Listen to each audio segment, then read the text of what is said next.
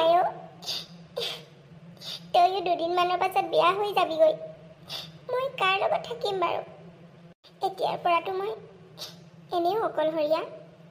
ৰশ্মি, তোক মই ইমান কৈছোঁ তই মদ খোৱা বাদ দে বুলি, কিন্তু তই মোৰ কথা শুনিবলৈ চেষ্টাই নকৰ।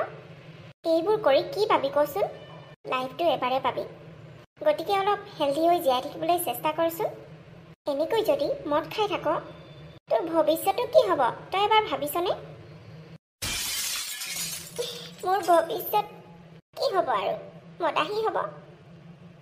মোৰ কোনো নাই অ'। তই বহুত লাকি।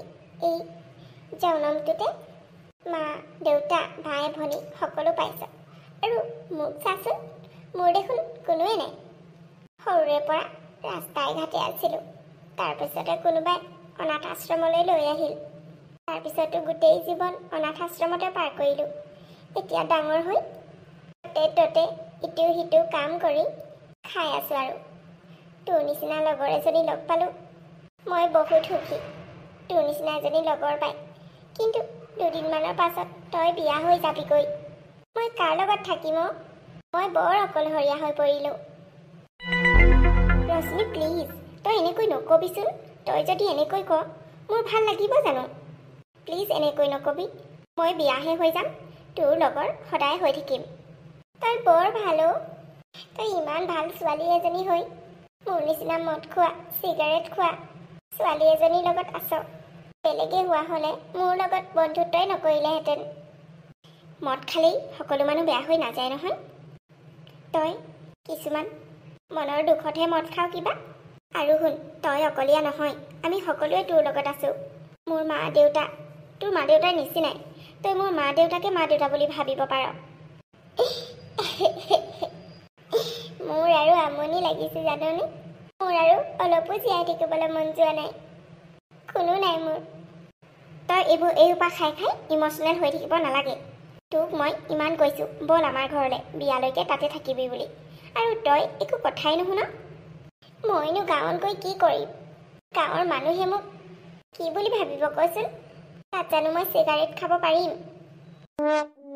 খালি তোৰ এইবোৰ কথা, এইবোৰ নাখালে তই থাকিব নোৱাৰিবি নেকি কিবা? আৰু শুন, তই ছোৱালী মানুহ, গোটেই জীৱন এনেকৈ থাকিম বুলি কেনেকৈ ভাবিছ? তইও এদিন বিয়া হ'ব লাগিব। যোৱাবাৰ আমাৰ ঘৰলৈ যাওঁতে সুৰজিত দাই তোক কিমান ভাল পাওঁ বুলি কৈছিল। তই এবাৰো ঘূৰি নাচালি। ময়ো তোক ইমান বুজালোঁ, নাই তই দেখোন একোৱে মান্তি নহ'লি। মই লাগিলে এনেকৈয়ে থাকিম গায়ত্ৰী, কিন্তু আনৰ জীৱন মই ধ্বংস কৰিবলৈ নাযাওঁ। পাছত মই জানো মোৰেই দুখ হ'ব। আনৰ জীৱন ধ্বংস কৰাৰ কথা ক'ৰ পৰা আহিলে? তেওঁ তোক বহুত ভাল পাইছিল, কিন্তু তেওঁতো গম পোৱা নাছিল মই কেনেকুৱা ঘৰৰ ছোৱালী, মই মদাহী ছোৱালী বুলি। মই যে এইবোৰ খাওঁ বুলি তেওঁ জানো গম পাইছিল? এইবোৰ গম পালে তেওঁ মোক এৰি দিলেহেঁতেন। তাৰমানে তোৰ চবতকৈ ইম্পৰ্টেণ্ট এই মদৰ বটলটো আৰু চিগাৰেটৰ পেকেটটো নেকি? গম নাপালেইহেঁতেন বাৰু, কিন্তু তই যদি খাবলৈ এৰি দিলিহেঁতেন তেতিয়াহ'লেতো একোৱেই নাছিলে। তই যেনেকুৱা ঘৰৰ ছোৱালীয়ে নহওক কিয়, তেওঁ তোক ভাল পায়, হয়তো এতিয়াও ভাল পায়। তই যদি বিয়া হ'বলৈ ৰাজি হ, মই সুৰজিত দাৰ লগত কথা পাতি দিব পাৰিম। তেওঁলোকৰ ঘৰৰ মানুহ বহুত ভাল, তই বহুত ভালকৈ থাকিব পাৰিবি অ'। তই যদি বিয়াখন পাতি ল মোৰেই নিশ্চিন্ত হ'ব, নহ'লে মোৰ তোৰ কাৰণে কিমান চিন্তা হৈ থাকিব তই ভাবি চাচোন। ৰশ্মি, তই বিয়া হবিনে? কিন্তু মোৰ নিচিনা ছোৱালী এজনী, চুপ বুলি কৈছোঁ নহয়। মোৰ নিচিনা কৈ নিজকে তললৈ নমাই নাথাকিবি। তোৰ সকলো আছে। মোৰ মা দেউতাই তোক নিজৰ ছোৱালীৰ দৰে বিয়া দি দিব আমাৰ ঘৰৰ পৰা। তই মাত্ৰ হাঁ ক। মইতো ভালেই পাওঁ। ঘৰ এখন পালে, পৰিয়াল এটা পালে, মোক মৰম কৰা এজন পালে। মইতো মাত্ৰ মৰমহে বিচাৰোঁ। ঠিক আছে, তোক যদি অকল মৰম লাগে, এটা পৰিয়াল লাগে, তেনেহ'লে আজিৰ পৰা তই এইবোৰ মদ চিগাৰেট এৰিব লাগিব। আজিৰ পৰা? অঁ, আজিৰ পৰা। কিন্তু ইমান ফটককৈ এৰিব পাৰিম জানো মই? তই পাৰিবই লাগিব ৰশ্মি, আৰু মদৰ বটল হাতৰ পৰা পেলা এতিয়াই। তোক কিন্তু মই বহুতবাৰ ৱাৰ্ণিং দিলোঁ। এতিয়া নিজৰ এটা ভাল জীৱনৰ কাৰণে এইবোৰ বেয়া বস্তুবোৰ এৰি দে। আজিয়েতো এৰি দিব নোৱাৰিম গায়ত্ৰী, মোক অলপ সময় দে। লাহে লাহে কৰি মই এইটো সপ্তাহতে এৰি দিবলৈ চেষ্টা কৰিম। তই কিন্তু আমাৰ ঘৰত এইবোৰ নাপাৱ। বুজিছনে কথাটো? বুজিছোঁ। বেগতে ভৰাই নিজৰ কাৰণে ইটো সপ্তাহলৈ অলপ লৈ যাম। তাৰপিছত প্ৰমিছ কৰিছোঁ আৰু কেতিয়াও নাখাওঁ। মনে মনে খাম আৰু চিগাৰেট নাখাওঁ। মদটোহে অলপমান খাম। এসপ্তাহটো দিব পাৰ ন মোক? ঠিক আছে বাৰু, তোক এসপ্তাহ সময় লাগে তই ল। কিন্তু খবৰদাৰ, তেওঁলোকে যদি মদাহী বুলি গম পায়, তই যদি মদ খোৱা বুলি গম পায়, তেনেহ'লে কিন্তু তোক কেতিয়াও বিয়া নাপাতিব, কৈ দিছোঁ হ'লে। ঠিক আছে, মই চেষ্টা কৰিম। চেষ্টা কৰিম নহয়, তই এৰিবই লাগিব। তই যদি মোক সঁচা বান্ধৱী বুলি মানিছ, তেনেহ'লে এইবোৰ এৰিবই লাগিব। আজিলৈকে তোক মই এইবোৰৰ কথা একোৱে কোৱা নাই ইমান জোৰ দি, কাৰণ তই মনত দুখ পাবি বুলি। ক'লেও কেতিয়াবা মই ইনডাইৰেক্টলি কওঁ।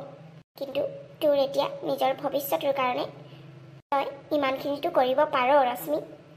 ঠিক আছে গায়ত্ৰী, তই চিন্তা নকৰিবি, মই সকলো এৰি দিম। অঁ কচোন, ইমান দেৰিলৈকে হোৱা নাই নেকি তই? নাই, কিবা কৰি আছ নেকি? অঁ, পাপাই পইচা কেইটকামান হিচাপ কৰিব দিছে, তাকে হিচাপ কৰিছোঁ। এতিয়া এইবোৰ সকলো খৰচ কৰিব লাগিব নহয় বিয়াৰ কাৰণে। অ' মা শুনচোন, কথা এটা আছে। কি কথানো? ৰশ্মিৰ কথা ক'ম বুলি ভাবিছোঁ। অঁ ক আকৌ। অ' মা, ৰশ্মিৰ কোনো নাই অ'। সেইটো দেখোন কৈছই। বেয়াও লাগিছে, দুয়োজনী ইমান দিন একেলগে থাকিলোঁ। এতিয়া ময়ো বিয়া হৈ যামগৈ। তাই বৰ অকলশৰীয়া হৈ যাব। হয় নেকি? আৰু কোনো লগৰ ছোৱালী নাই জানো তাইৰ লগত থাকিবলৈ? নাই, তাইও যাৰ তাৰ লগত নাথাকে। কিন্তু কি কৰিবি কচোন, এতিয়াতো তই বিয়া নোহোৱাকৈ থাকিব নোৱাৰ। অঁ মা, তাকেই ভাবিছোঁ। অ' মা, তোমাক কথা এটা কওঁ। কি কথা মাজনী, কচোন। এই যে আমাৰ সুৰজিত দা। অঁ, কি হ'ল তাৰ? সি যোৱাবাৰ আহোঁতে ৰশ্মিক ভাল পাওঁ বুলি কৈছিল, মোৰ আগতে কৈছিল বাৰু। কিন্তু সেইটো সময়ত ৰশ্মি ৰাজি নহ'ল। এতিয়া ৰশ্মিয়ে বিয়া হ'ম বুলি কৈছে, কোনোবা যদি ভাল মানুহ পায়। মই ভাবিছোঁ সুৰজিত দাৰ লগতে আকৌ এবাৰ কথা পাতোঁ নেকি? তোমালোকে যদি তাইক নিজৰ মা দেউতাৰ নিচিনা এইখন ঘৰৰ পৰাই বিয়া দিয়া, তেনেহ'লে তাই বহুত সুখী হ'ব মা। আৰু ময়ো সেইটোৱে বিচাৰোঁ।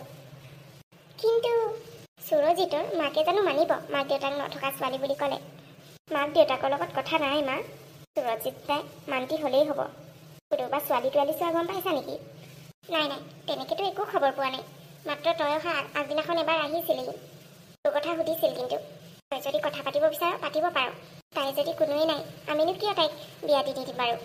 মই ভাবিছোঁ মোৰ বিয়াৰ আগতে তাইক বিয়া দি দিওঁ, তেতিয়াহে মোৰ মনটো শান্তি লাগিব। কিন্তু এতিয়া তোৰ কাৰণে ইমান যোগাৰ কৰিছোঁ যে, ক'ত টকা পাম এতিয়া মই তাৰ আগতে আৰু এখন বিয়া পাতিবলৈ? টকা পইচা নালাগে মা, তাই ইমান ডাঙৰকৈ এনেও বিয়া নহয়। মাত্ৰ সুৰজিত তাৰ লগত কথা পাতি যদি তেওঁ পাতিম বুলি কয়, আমাৰ ঘৰৰ মানুহখিনি মিলি কেনে তাইক দি যাম। এনেও পাছত মানি ল'বই তাহাঁতৰ মাক দেউতাকে। আগতীয়াকৈ এইবোৰ ৰাইজক জনালে ইটো সিটো কথাহে ওলাব। বাৰু তই যি ভাল দেখিছ তাকেই কৰ। তই এবাৰ সুৰজিতৰ লগত কথা পাতিছা, তৰাটো বেয়া নহয়, বহুত ভাল। ঘৰখন দুখীয়া হ'ব পাৰে। অঁ মা, মই কাইলৈ সুৰজিতাৰ লগত এবাৰ কথা পাতিম বুলি ভাবিছোঁ। অঁ হ'ব, মই পাপাৰ লগত কথাটো পাতিম বাৰু। ঠিক আছে মা, যা এতিয়া শুই থাকগৈ, ৰশ্মিয়ে শুলেই চাগে। অঁ তাই শুলেই। যিকেইটা আনিছিলোঁ চব শেষ হৈ গ'ল। চিগাৰেটটো খাব নোৱাৰোৱে, গোন্ধ ওলাব। কেনেকৈ থাকোঁ মই ভাবিয়ে পোৱা নাই দেই। কিন্তু ইমানখিনিতো মই কৰিবই লাগিব, নহ'লে মোৰ সকলো হেৰাই যাব দেখোন। এইবোৰ খাবলৈ অভ্যাসেই কৰিব নালাগিছিল। হাতত টকা পইচা অলপ আহিলেই এইবোৰৰ কথাই ভবা হয়। গায়ত্ৰীহঁতে কেনেকৈ থাকে জানো এইবোৰ নোখোৱাকৈ? মই দেখোন থাকিবই পৰা নাই। কি হ'ল? তই দেখোন হোৱা নাই, টোপনি লগা নাই জানো? নাই নাই, একো হোৱা নাই। আৰে ধৰফৰাই আছ যে? বৰ কষ্টত আছোঁ, হাপা খাবই পোৱা নাই। কষ্ট পা অলপ, ইমানখিনি কৰিবই লাগিব নিজৰ জীৱনটোৰ কাৰণে।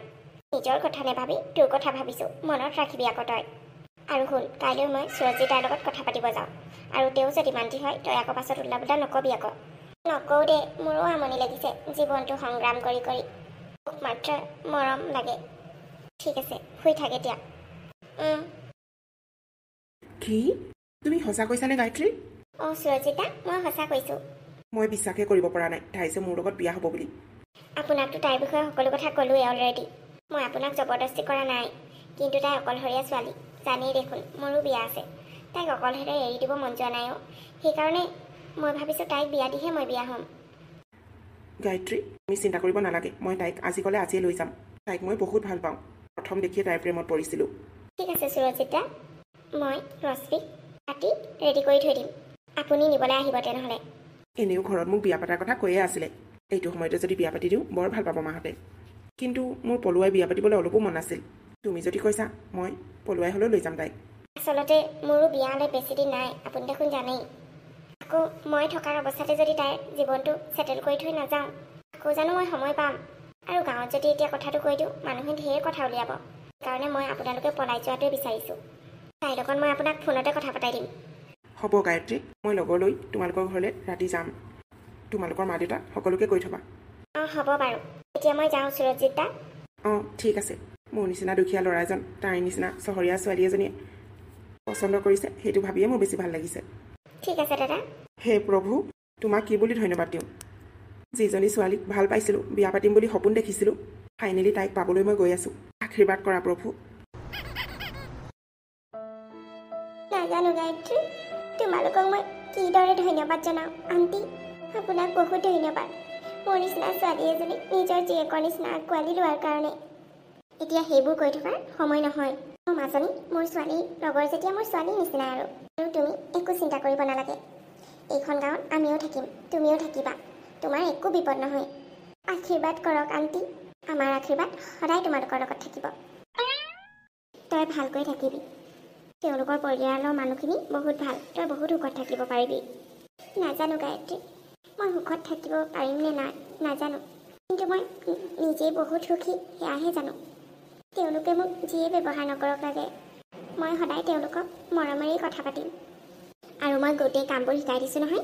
কিবা এটা কাম নেজানিলেই মোক ফোন কৰিবি। বুজি পালি নহয়? অঁ পালোঁ। আৰু চা, তই বহুত ভালকৈ থাকিব লাগিব।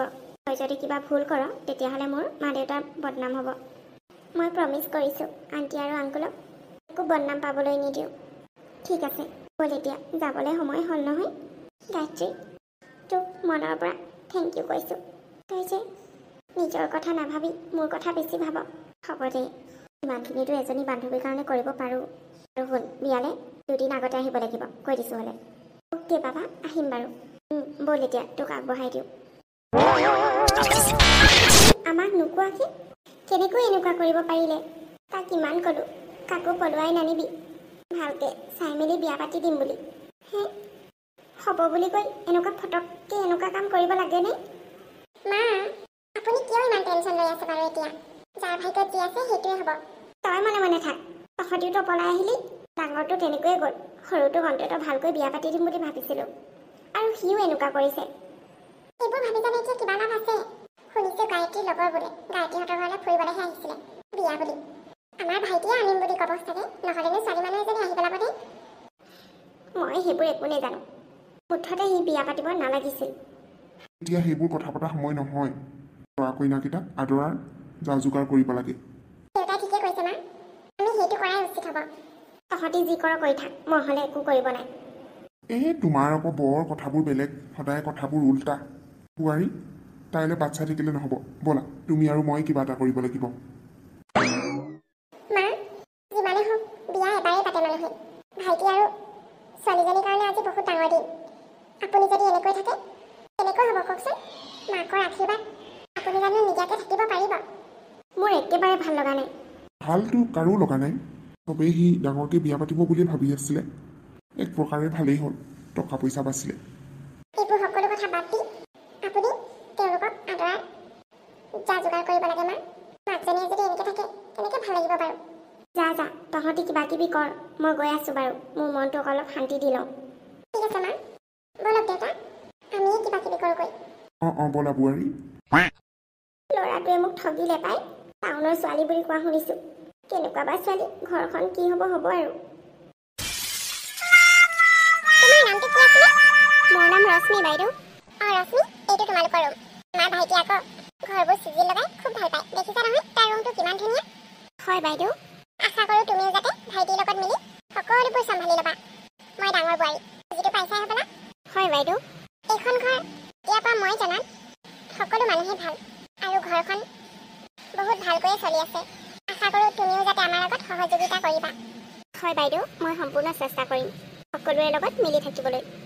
ঠিক আছে ৰশ্মি, এতিয়াতো ঘৰখনলৈ মানুহ অহৰহ আহিয়ে থাকিব তোমাক চাবলৈ নবোৱাৰী। তুমি কিন্তু আমনি নাপাবা আকৌ। নাই নাই, কিয় আমনি পাম বাইদেউ? বাৰু এতিয়া মই আহিছোঁ দেই। আলহী আহিলে মই তোমাক মাতি পঠাম, তুমি ওলাই আহিবা। ঠিক আছে বাইদেউ। ঘৰখনৰ মানুহবোৰ দেখোন বৰ ভাল। নাজানো আৰু মইহে ভালকৈ থাকিব পাৰোঁ নে নোৱাৰোঁ। ৰশ্মি, অঁ, আপুনি ক'লৈ ওলাই গৈছিলে বাৰু? অঁ তোমাক কৈ থৈ যাবলৈ নহ'ল, খৰধৰ হ'ল আকৌ। মায়ে দোকানৰ পৰা মাটি চাকি দুকছ আনিব দিছিলে, তাকে আনিবলৈ দৌৰি গ'লোঁ। অঁ, হয় নেকি? ভোক লাগিছে নেকি ৰশ্মি? চাহ খালা নাই? নাই, মই চাহ নাখাওঁ, ভোক লগা নাই বাৰু। অঁ ৰ'বা, মই কিবা এটা আনি দিছোঁ খাবলৈ। নাই নাই, নালাগে। মই জানো নহয় তোমালোক ছোৱালী মানুহ, সিটো নোখোৱাকৈ ইমান দেৰিলৈকে থাকিব নোৱাৰা। আমাৰ ঘৰত ভাত দেৰিকৈ খায়। নাই নাই, হ'ব, মোৰ অভ্যাস আছে। তুমি চাগে চিন্তাত পৰি গৈছা ন, কাম চাম কৰিব লাগিব বুলি। বৌ আছে নহয়, তোমাক সকলো কাম শিকাই দিব। নাই, মোৰ চিন্তা লগা নাই বাৰু। মইতো এইটোৱে বিচাৰিছিলোঁ, এটা পৰিয়াল। মা দেউতা, ঘৰৰ পৰিয়াল মোৰ কোনোৱে নাই। এতিয়া মাত্ৰ মই মোৰ পৰিয়ালটোৰ লগত ভালকৈ থাকিব বিচাৰোঁ। তুমি চিন্তা নকৰিবা ৰশ্মি, মই আছোঁ নহয় তোমাৰ লগত। আৰু আমাৰ ঘৰৰ পৰিয়াল সকলো তোমাৰ লগত আছে। তোমাক মই পৰিয়ালৰ সকলো সুখ দিবলৈ চেষ্টা কৰিম। তুমি যদি ভালকৈ থাকা, তোমাক সকলোৱে মৰম কৰিব। এয়া মই কথা দিছোঁ তোমাক। আৰু মোৰ মৰম সদায় তোমাৰ বাবে ৰশ্মি। Thank U Surajit. তোমাৰ দৰে এজন হাজবেণ্ড পাই মই সঁচাকৈয়ে সুখী হৈছোঁ। ভৱিষ্যতলৈ যাতে তুমি মোক এনেকৈয়ে মৰম কৰি যোৱা। থেংক ইউটো মই দিব লাগে তোমাক। তোমাৰ নিচিনা এজনী ছোৱালীক মই পত্নী হিচাপে পাইছোঁ ৰশ্মি। ভগৱানক মই বহুত ধন্যবাদ জনাইছোঁ। তুমি সদায় মোৰ হৈ থাকিবা।